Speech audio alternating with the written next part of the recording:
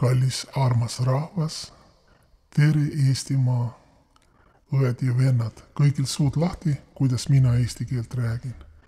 Just nimelt enne, kui ma Alla Pugatšova sahkermahker oli minul estraadi taga, lava taga ka olnud romaan Anni Veski ja Marju Läänikuga ja see ilus keel, eriti kui päike loojub, jäi mulle nii külge, et siiamaani olen eesti keele fänn. Ja ma tahan teid tänada kõiki, sest ma olen väga lõbus ja kuulus inimene. Miks ma olen selline särav, sest ma olen tegelikult Moldaavias sündinud, sest Moldaavias veinik või siis täpsemalt viinamarja kasvatajate perekonnas. Ema ja isal olid põsed kogu aeg punased, kogu aeg mulle laule, tantse, palkane, aitšumma ja ha-ha, hei. Niimoodi, ja ma räägin oma uuest raamatust. Raamatu nimi on Mina ei ole niisama poiss, ma olen kõva tegija. Selles raamatus ma oma elukogemust jagan ja lihtsalt mõtteid, nii et kui teil on raske, lugege see raamat, seal on nagu aforismid igaks elujuhtumiks. Niimoodi, et kui tahate olla särav, ilus, kuulus, tark ja kena nagu mina, siis lugege mu raamatut 24 korda läbi. Esimene mõte. Teadlased tegid kindlaks, et hiina keel on kõige kergem keel, sest 1,5 miljardit elanikku maailmas räägib seda, ega nad niisama ei räägi, kuna ta on lihtne keel. Raha ei tee teid õnnelikuks.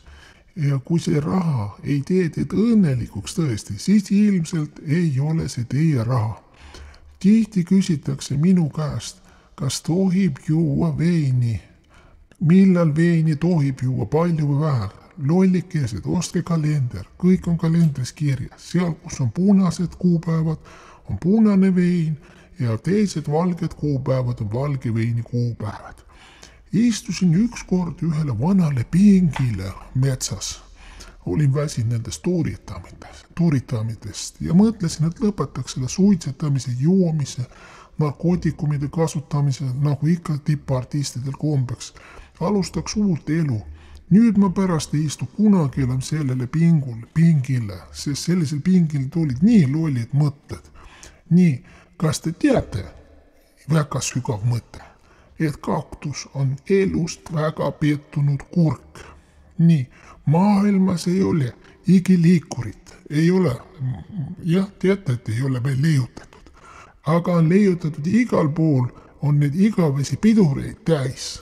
Minu ema küsis, nüüd ma räägin tegelikult siis oma Moldaavia lõbusast lapsepõlvest, ema küsis mu käest ükskord, et kui ta andis mulle taskuraha 5 koopikat, siis alati ma 1 koopika panin kõrvale ja ta küsis, pojakene, kus sa selle raha alati niimoodi kõrvale panen.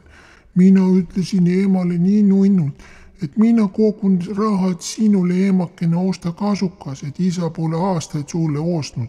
Ema hakkas nutma ja ostis mulle paari päeva päevast uue jalgratta. Oonika ullike, tegelikult ma kogu see raha jalgratta jaoks, aga niimoodi ma olin juba maast madalasteks hea nifer, nagu ma olen show businessiski praegult. Mulle vanaisa ütles, et tema on minu vanaisa. Pärast vanaema ütleb, et see ei ole kindel, et ta on sinu vanaisa. Seepärast ära usu kõike, usu vaid ennast. Kõigis mees magab geenius ja iga päevaga magab järjest sügavamalt. Ja viimane minu ilus mõte siit, ma ei räägi kogu raamatut ära, et te oostaksite seda, et mul raha tuleks. Hommikul tuleb olla eriti ettevaatlik liigutustega, sest üks kontrollimatu liigutus ja sa ei magad jälle tööle sisse.